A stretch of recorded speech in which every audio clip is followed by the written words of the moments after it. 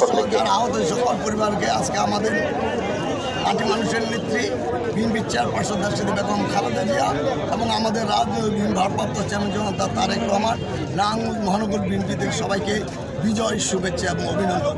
পাশাপাশি এই বিজয় আনতে গিয়ে এই প্রেসিডেন্টকে হঠাৎ গিয়ে যে সকল শহীদরা তাদের রক্তের বিনিময়ে পানির বিনিময়ে আজকে আমাদেরকে বিজয় দিয়েছে সেই জেলা স্বজন শিক্ষা অফিসের পক্ষ থেকে আমরা দেখতে পাচ্ছি জেলা শিক্ষা অফিসের পক্ষ থেকে শ্রদ্ধাঞ্জলি নিবেদন করার জন্য উপস্থিত হয়েছে। অসংখ্য শহীদদের প্রতি ভবিষ্যৎ তাদের রুহের মাগফিরাত কামনা করছি। পাশাপাশি যারা এই ফ্যাসিস্ট বিরুদ্ধে আন্দোলন করতে গিয়ে যারা এখনও বিভিন্ন বাড়িতে হসপিটালে চিকিৎসাধীন আছে তাদের আসল প্রতিকার কামনা করে সরকারের কাছে আহ্বান করবো তাদের উন্নত চিকিৎসার জন্য দেশের বাইরে পাঠানোর জন্য। আর আজকে 1 বছর পূর্ণ হলো, সরকারকে আহ্বান করব যে ফ্যাসিস্ট এদেশে যে আচরণ করে গিয়েছে পরবর্তী বা বর্তমান সরকার জন্য জেলা শিক্ষা অফিসার জনাব মোহাম্মদ আজিজুর রহমান, বৈষম্যের বিরুদ্ধে আমরা জেলা আন্দোলন করছি। শিক্ষা অফিসের পক্ষ থেকে নাজমুন আপা সহ আমাদের মাঝে শ্রদ্ধা নিবেদন করছেন।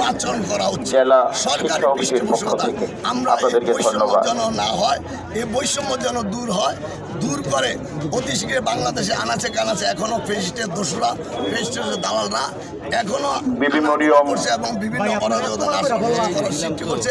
স্কুল এন্ড কলেজের পক্ষ থেকে শ্রদ্ধাঞ্জলি নিবেদন করতে আসছেন অধ্যক্ষ মহোদয়ের নেতৃত্বে অন্যান্য শিক্ষক মন্ডলী। তাদের বিরুদ্ধে আইনগত ব্যবস্থা করার জন্য আর অতি শীঘ্রই এদেশের 16 বছর বাংলাদেশের Bibi Mariam girls high school and কলেজের অধ্যক্ষ মহোদয়ের নেতৃত্বে শ্রদ্ধাঞ্জলি নিবেদন করতে শিক্ষক এবং ছাত্রীবৃন্দ।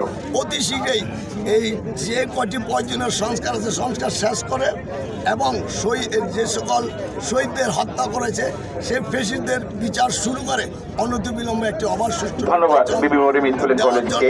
এবং